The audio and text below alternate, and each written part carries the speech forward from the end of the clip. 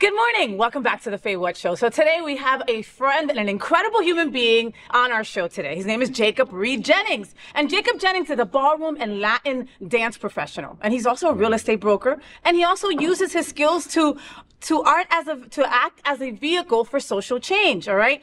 So once Jacob Jennings was a homeless youth. All right. And because of that, he understands the power of housing and the life-changing passion of ballroom and Latin dancing and what that really does bring to your life. And today we're going to talk about all of that. All right. Welcome to the show, Jacob Jennings Reed. Thank you so much for having me. Oh my God.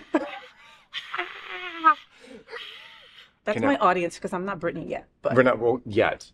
Well, not that crazy. I feel bad for Brittany though. Like my heart really hurts for her. There are some, I get really confused. I mean, everyone's loving the whole knife dance thing, and I'm kind of going, I was taught not to play with those. You know? Because knowing me, I'd be that jerk that'd be like, oh my, I'd show up to the ER going, no, I did this to myself. No, I literally sliced off a nipple. I was just trying to dance for Instagram and things went awry, you know? So. Well, I think I've got an extra one, a third one down here, but you can't see it. Do you really have a third nipple? I'm not going to show you right now. This is very personal. Is that your first question? But I mean, no, it's not my first question, but I mean, you offered, right? If he offered, then I mean, then that would be that.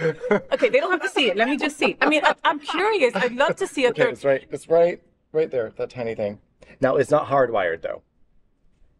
Okay, I was about to lick it and like I couldn't. I mean, it happens, you know. Do you have a third nipple? Is there something weird that you have about you? Do you also have a third nipple? We all want to know. I mean, couldn't that be a fetish of some sort? Like, I mean, there's a fetish for everything. Yes. Did you know that the most common fetish for all human beings is actually a foot fetish? Really? Yes. Apparently, and I learned this on, thank you, TikTok.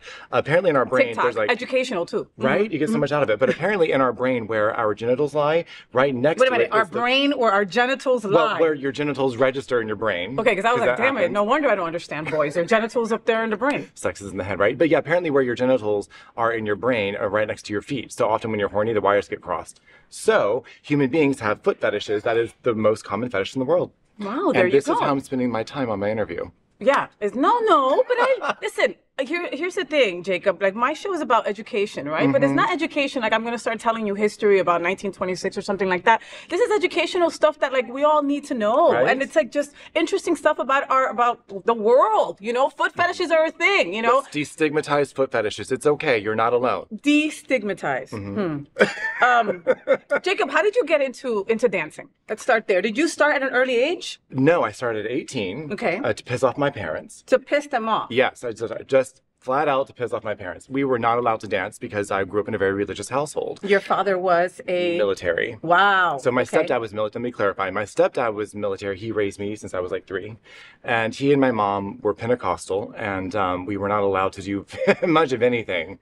Oh yeah, that face, that's the face. No, like I'm taken aback because, okay, again, educational, right? Like what I know about Pentecostal, you know, there was a lot of Pentecostal churches in Jersey where I grew up, right? And I would feel bad for the girls because they always had to wear skirts, no matter what. They couldn't wear pants. And so it's below 0. It's winter in Jersey and they would still have to wear the skirt and then the socks up to a certain part. And then you would see like their skin like getting like frostbitten, you know, it would be so red. And I'd be like, God doesn't want you to freeze your ass. Like, what the hell? Anyway, so that's what, but okay, so you grew up in that. Yes, I was raised to be a pastor. So I was always allowed to sing because I was a musician growing up. And then when my parents kicked me out, I was 16 and I graduated high school living out of my car. I somehow went to college because I had already auditioned for a scholarship and got it. So I was able to go to college, thank God. And I had to pick an elective. And I was like, well, I wasn't talking to my parents, but I was like, what would piss them off the most?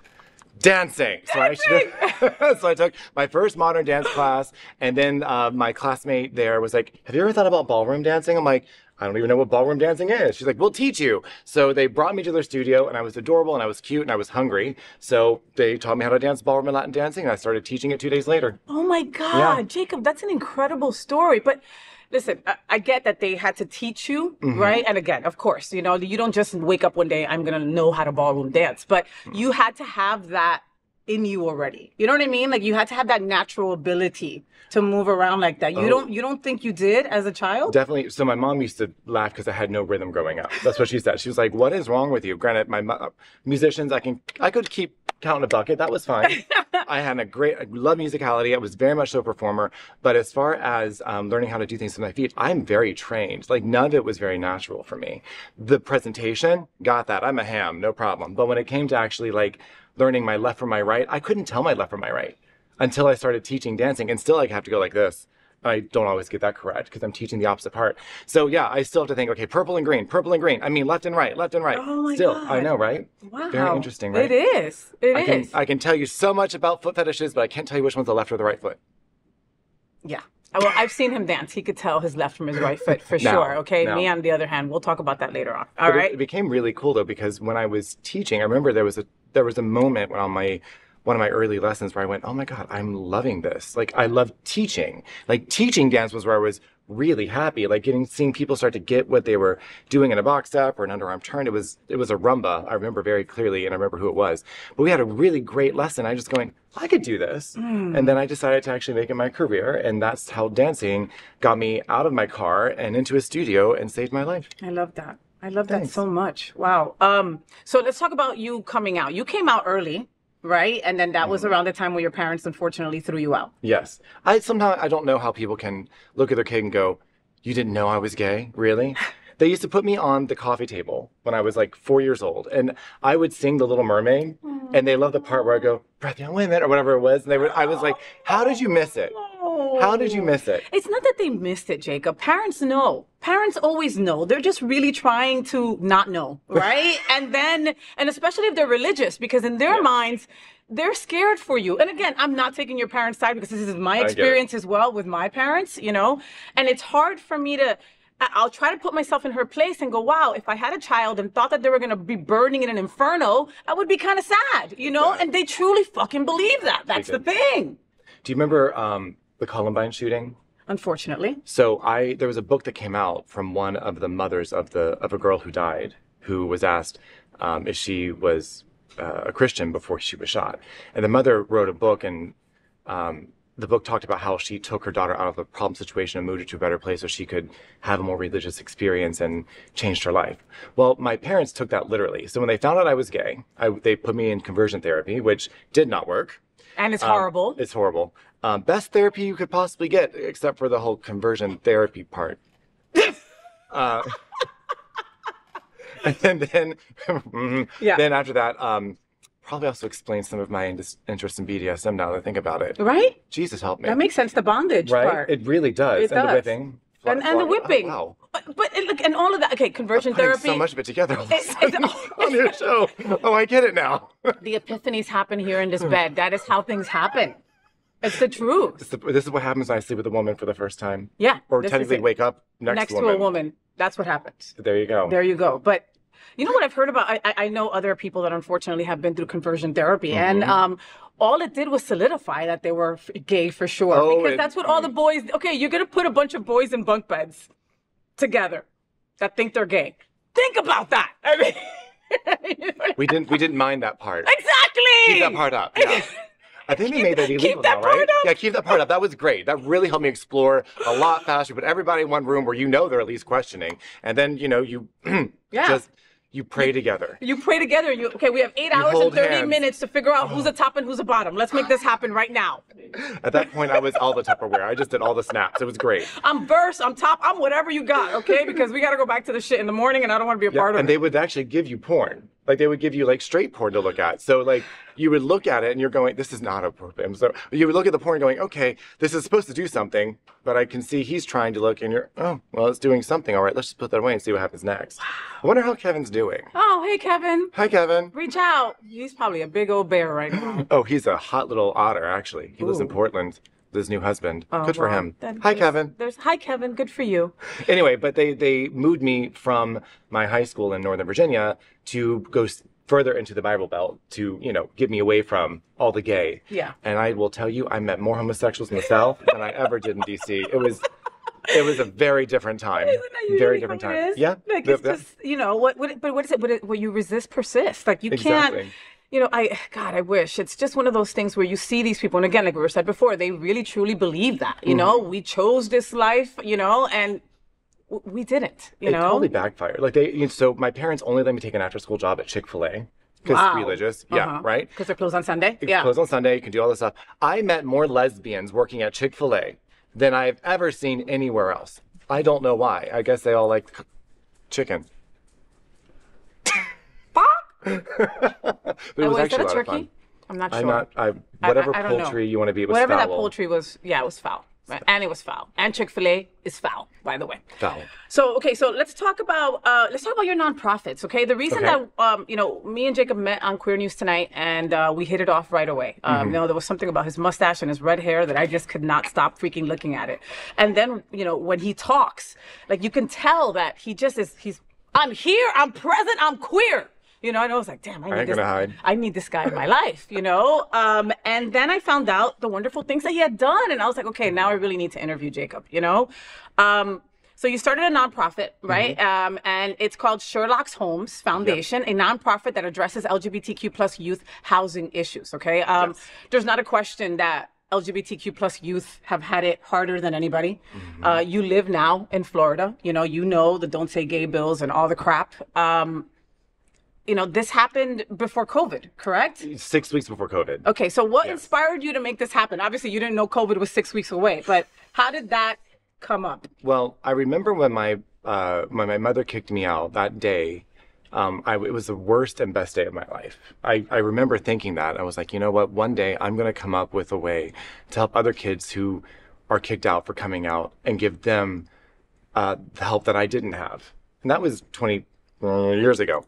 So, so fast forward into 2019, my ex and I split up, and I had to reinvent my life. And I was going, okay, what is going to make all of this worth it? What am I going to do that actually is going to make, losing my significant other and my home and everything had fallen apart? What am I going to do to actually make it to where I want to get out of bed every morning? And I called my girlfriend, who's a therapist, and I was just having a breakdown with her right before Thanksgiving. She said, well, Jacob, what would you want to do? And without thinking, I don't know where it came from, but I just said, I want to help trans kids. And I was like, where'd that come from? I had no idea. It just fell out. I'm like, She said, Jacob, that's beautiful. Do it. And I'm like, okay. So the next day I called my student who happened to have, I had her house as a listing for a rental. I said, okay, I've got this crazy idea. Are you down for it? And she said, absolutely, let's try it. So I moved into this townhouse, and it was set up ideally for this type of situation where my room is downstairs, and upstairs we had 2 bedrooms and a loft, and we could put 2 beds per room. And they all had their space, I had mine. And the idea was that they were going to come in and we were going to get them work and get them, educated on basics of finance and interviews for different jobs and just life help skills. them, just get them going. Skills. Yeah. And so it was crazy how quickly it happened. Like the kids moved in before I did, actually. Oh, wow. My first kid moved in 2 days before I moved into the apartment, to the condo. And you were going to move into this townhouse and again, so let your house go, not have your own? Well, my partner kept it. I lost my house in the separation. Got it. So your ass was homeless again. Girl. It was so, let me tell y'all, you know how it goes. Everyone who's tried before and you lost it, you know it. If you have had your home taken away from you guys or a failed relationship, put something in the comments down below. Do they have comments down below? Yeah, of course. Put it in the comments down below. Yeah, so I was homeless yet again. So I was like, okay, now I have a home, and I had my first kid, Mason, move in. He was a trans boy, and his mother was not accepting of him whatsoever, of being trans. And so he was at Starbucks, and he was like, listen, I need a place to go or I'm going to kill myself. I'm like, well, don't do that. I have a solution. Come on. So we talked, and he came over to the house, and I was like, okay, so my first kid was moving in. His name was Mason. And I was like, great. So I ordered a mattress. He came before I had anything ready to go. No, I had nothing. So I had to go and order a mattress and everything that goes with it. And I remember it came from Amazon. It's just had to lug this big, heavy box by myself upstairs. And I move into it, right? It's very butch. Lug it upstairs. And when I got up into his room, I set it down, and I was like, okay, I was about to open it, and I noticed a Tupperware container on the ground behind me, without a lid, and with a heat lamp. And I just stood up slowly, looked to my right, and noticed that there was a ball python just hanging out in a Tupperware dish, a giant Tupperware clothing, like one of the things you put your sweaters in, right? Like the Christmas stuff, like the Christmas bin. Not a terrarium, yes. And a snake, just laying there, like that's my snake. I'm like, and I just backed out the door. Now, I had a handicapped cat, so all I could think about was this boa constrictor getting out of this box, finding my disabled and eating my cat. Yeah. I was like, well, we're going to have a talk about this. So Alice was made to be put away somewhere else. But anyway, Mason moved in with me and stayed with me for a few months. We kept the door open for conversation with his mom.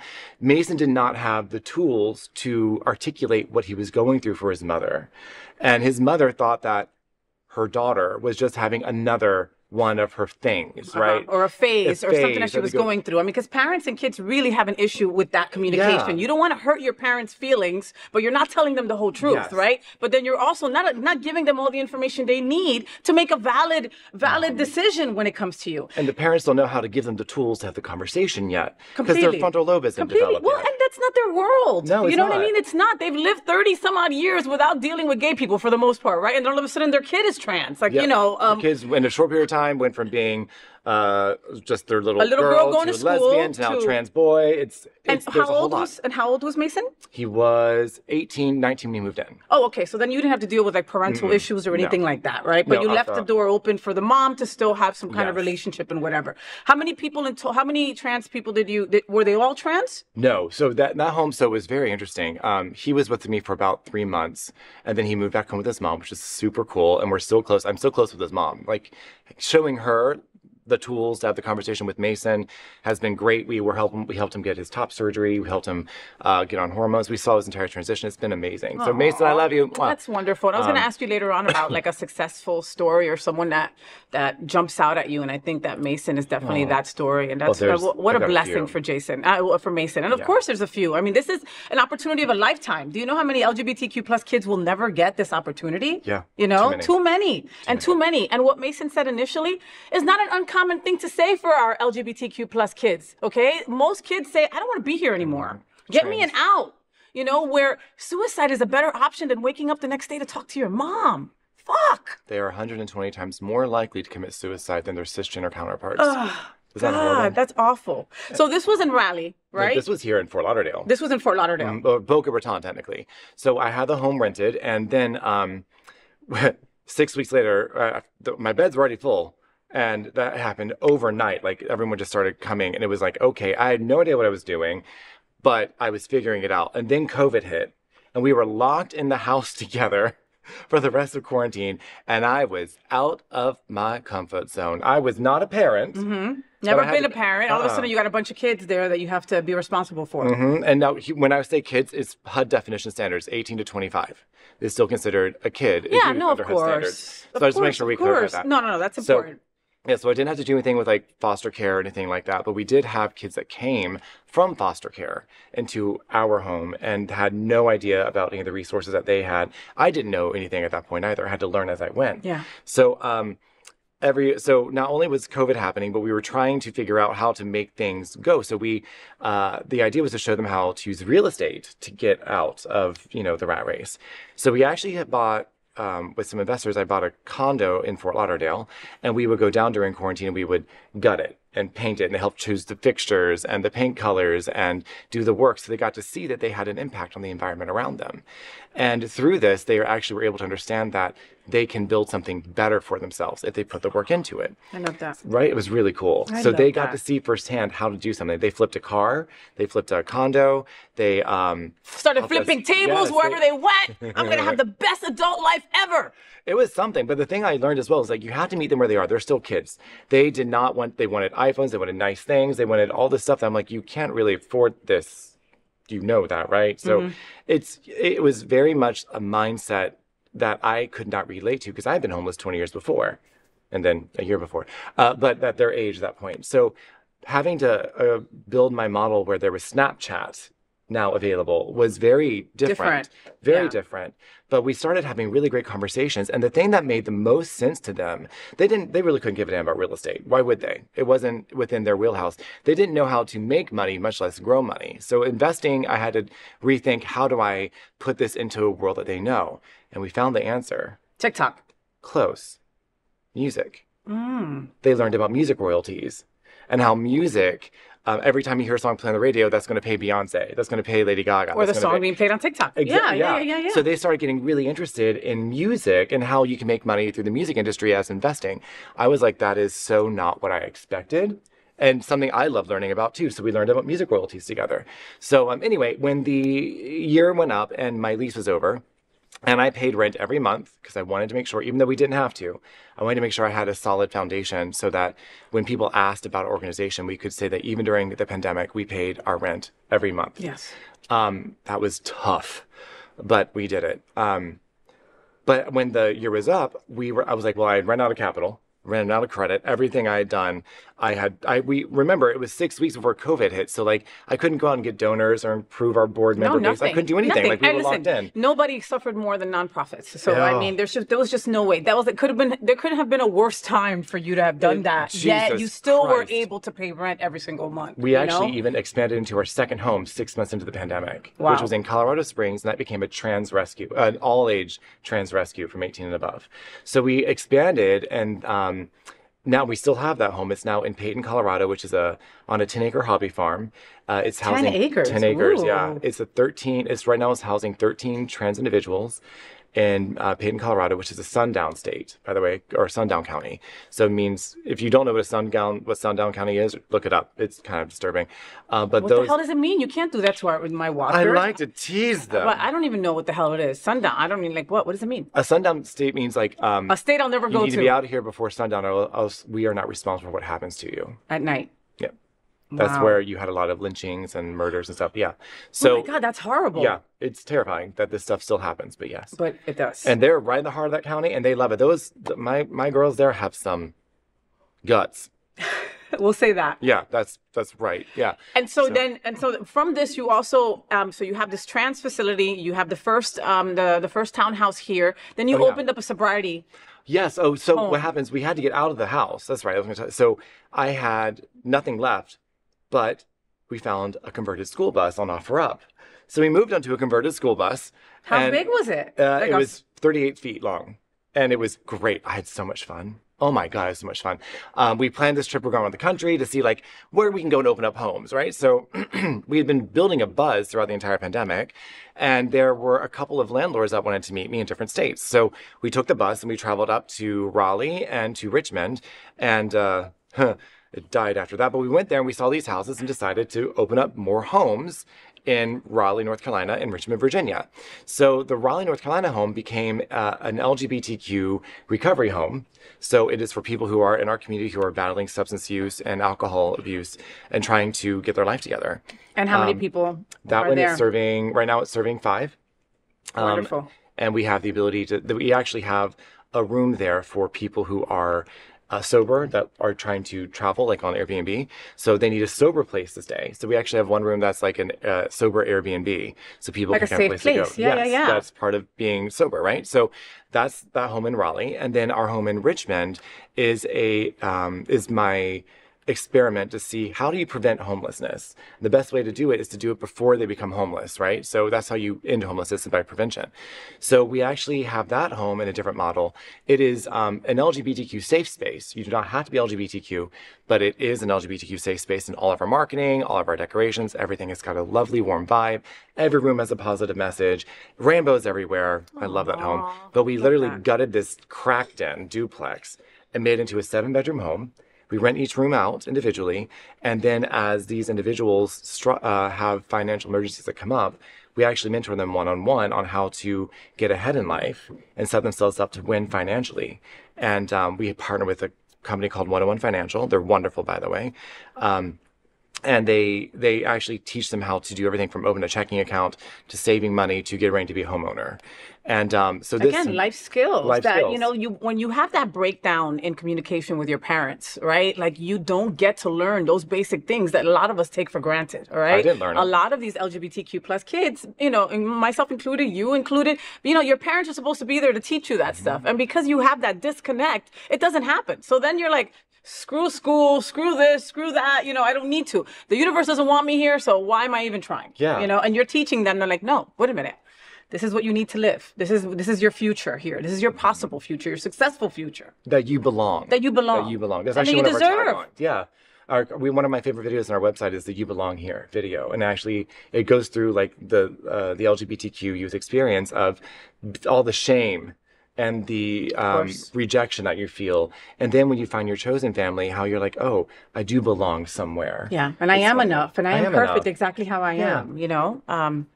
I love it. And then I love your nonprofit, and I love that you named it after your dog, right? Yes, I like did. when I first saw that, I was like, does he like Sherlock Holmes? Like, I was like, God, like how interesting. You know, because again, he's like an onion, right? It's like ballroom, he's a broker, he's got this great mustache. Like, it's like, he's got so much. He doesn't have his mustache today. Like, usually it's like so like. Yeah, I sneezed when actually my cat hit my elbow. I was trimming it the other day. I was like, oh no, is that what happened? Yes, it was. I'm like, I gotta get all, so it's hysterical. growing back. November is gonna come back. It's just gotta grow. Come on, baby. Does your mustache have a name?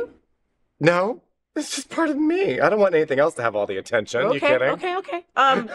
You were mentioning how, one of the reasons, well, like an out, you had ended a relationship. And so in the process, you were like, okay, you keep the house. I'm going to go find somewhere else to live. And then the universe is so wonderful how it is that it knew that those kids needed you, that those young adults needed you. And that's where you ended up having to live. Okay. Yep. Is that your last relationship? Are you single now? I am single now, yes. Has it been since then that you've been single? I've tried a couple of times unsuccessfully, but nothing. What do you look for in a partner?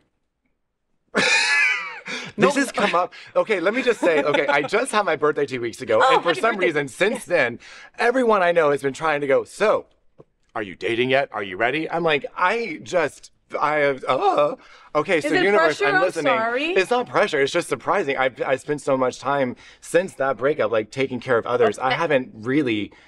I say I'm single, but I'm off the market. But like anything in good real estate, you have a price, right? If someone shows up offering you the right price for your home, would you sell? The answer is yes, honey, you'll sell. So I mean, I'm open to the idea. I just hadn't really given it that much thought, but I feel like something is telling me I should be paying attention, and I am. So now I've got to start. So what do I want? Okay, let me think. Yeah, what do you mean? Like, okay, here's I'm happily married, and we're gonna talk about my anniversary that you helped me with. Okay, that I am forever indebted to you for. And when you get married happily, okay, not the marriage for papers, bitches. Happily, when you get married happily. You want your friends married too. It's weird, okay? Because it's like, I never understood. When I did my vows with my wife, I didn't say, you're my best friend, you complete me. No, because I was complete before I met her, okay? We came together and made an awesome, awesome team. But I didn't need her, and she didn't need me. It's just a wonderful thing that we fit, like a puzzle piece, right? And when you find that person that you say, hey, I might have done something, and they say, okay, I'll go get the shovel, right? That's the person that you want for everybody else, right? You want everybody else to have that person. And there's no, I can't explain to you how it feels for someone that, like you, parents dropped the ball, right? I've never felt safe because when your parent does that, when you're a kid, you never feel safe again. No. You never do. No. So for years, I never felt safe. And to have this woman that makes me feel safe for the first time, I want that for people I love. You do understand? Thank you, darling. Don't make me cry again. I can't believe you wake up with all your makeup on. That's amazing. Like this. Like if you shellac the shit out of your face, it won't move. Anyway. I do the same thing with Botox. So I see so many attributes, so many incredible attributes in you. Right? And so then unfortunately, your first thought is, what's wrong with him? Right? Like, why is it that he's not with somebody? But then, again, I got the answer. I'm working on myself. When I first got sober, it was a year of celibacy because I had to work on me and I could not worry about how I fit in with you. Yeah. So it makes sense. Yes. But maybe now with your birthday and people mentioning this, God is not going to come and knock on your door and say, hey, Jacob, you got to find a partner. He's going to send you messages through people you love. Yeah, I think that's the case right now.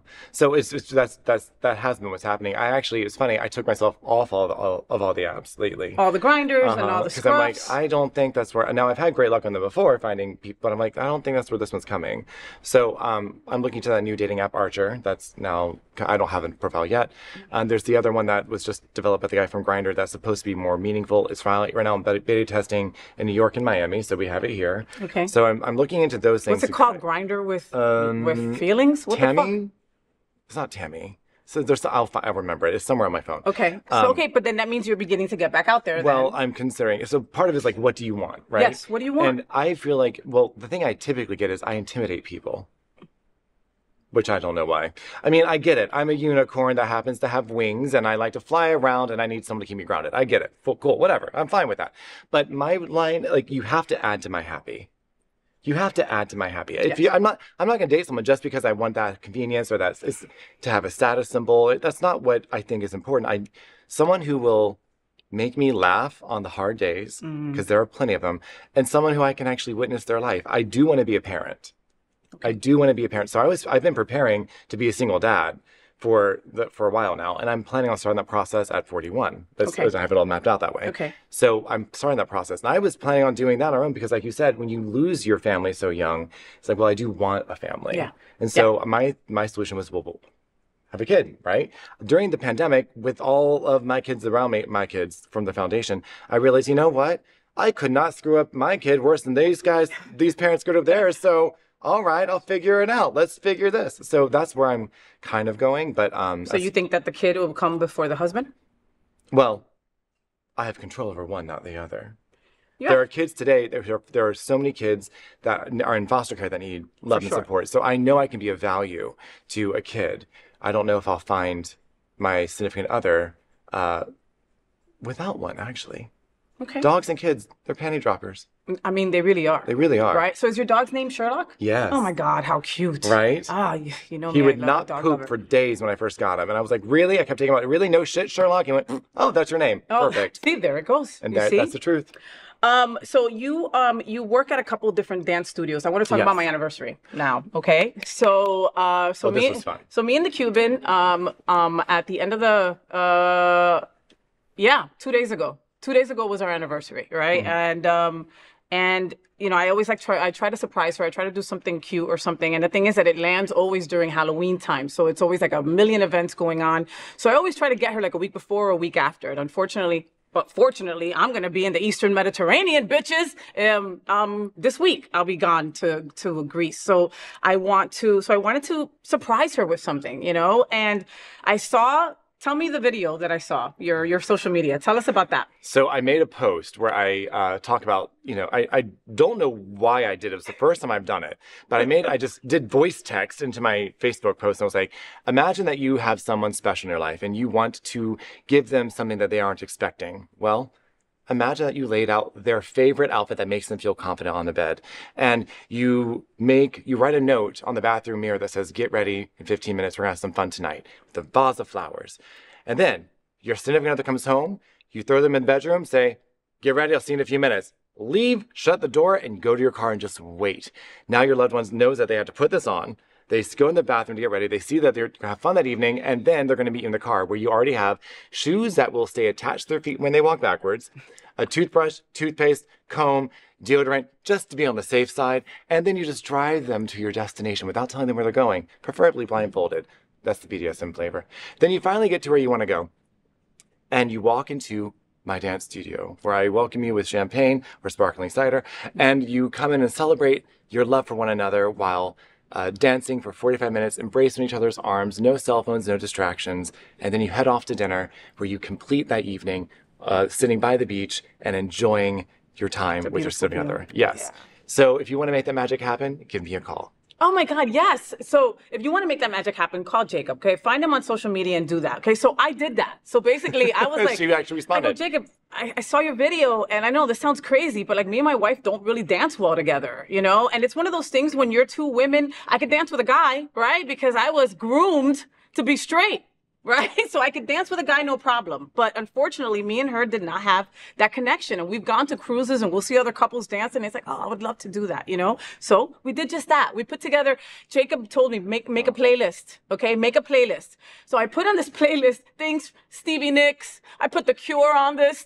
I put our wedding songs. I asked her children for songs. I asked her mom for a song. And I took their songs and I put it on the playlist. So this playlist was weird as hell, okay? It had stuff from Twilight to Landslide from, you know, from Fleetwood Mac. Garbage? We had garbage. I don't even know those people. I'm only happy when it rains. This is such a romantic song. I'm only happy when it's complicated. I'm like, okay. Indigo Girls. I'm not that lesbian, okay? And I even put that on the playlist, you know? Great. I blindfolded my Cuban, I blindfolded Teresa, and I took her to the Star Ballroom. And, you know, I had a letter ready for her, and I took the blindfold off, and she was super blown away. And Jacob was right there with sparkling cider and Prosecco for her, and she was, you know, blown away. And we had a beautiful hour where we learned how to dance badly, but how to dance together. You are an exceptional teacher, bro. Your patience is just beyond, you know, because it's just, I'm not made that way. You know what I mean? Like, it's like, you know, and you let us both lead and, you know, explore. Explore. And it's a memory that we'll never forget, you know, and I will be forever indebted to you for making our 6-year anniversary so special and so real. And this just happened, you know, like I said a couple days ago, and over the weekend we danced in the kitchen, which is exactly what you wanted to happen. Yes. You know, so it's already happening, you know, because a song came on the radio that we, you know, on our Google, that was on our playlist, you know, that's it. That is so, this makes me so happy. Oh my God. This was just to help them start moving together and holding each other and just having another way of expressing love. Okay, and yes, and we might have made some mistakes, but we never stepped on each other. So that's you know, I'll take that as a plus. It really does help, yeah, especially in heels. And especially in heels, you know, so I'm here to tell you, Jacob, that you bring happiness and love and joy to others, and it's time that you find your own. Thank you. I'm saying, you so deserve it. You're such an incredible human. Well, thank you. Now that I've seen you naked, I'm just saying. Well, yes, eyes up here, Missy. Okay, no, sorry. I can't stop looking at your nipple. And the fact that now he has a third nipple, like I can't stop looking to see if it's just going to pop out, right? I kind of like want to get it hot. Hashtag me too. Hashtag keep going. Hashtag me too. No, it's like if I could only get it to heart. I think it's just a birthmark, but it looks like a nipple, right? It's no, it does look like a nipple. We don't want to think about it. I'd suck on it or pierce it. Jacob Reed Jennings, looking to dance. He's your guy. Sherlock Holmes is an incredible organization helping young people of our community that's so needed. Please go check them out. If you want to donate, please do so. Luna loves Jacob, so you should love him too. Thank you. And thank you for having me on your show. I'm so glad to be here and spend this morning with you. No, thank you. Thank you so much for being on the FayWhat show. And make sure you follow him on all social media, okay? I try to make things fun. I try to keep it interesting and light. Dance trivia, nonprofit trivia, stuff like that. You're incredible, puppy. Thank you, darling. Thank you. Mwah. All right? Mwah. Next time you're on our show, we're going to be planning your wedding. We'll be right back. So, did you enjoy the show? I know you did. So make sure to click subscribe so you won't miss any of the events, news, or interviews right here on the FayWhat show. Ring the bell at the bottom of the screen, right there, so you'll be alerted every time we're live. You can also click on the Happening Out Television Network logo so you can see all of the shows on the most diverse LGBTQ+ media network. Find out just what we're doing to bring the L and the G together right here on the FayWhat show. Get the week started with me.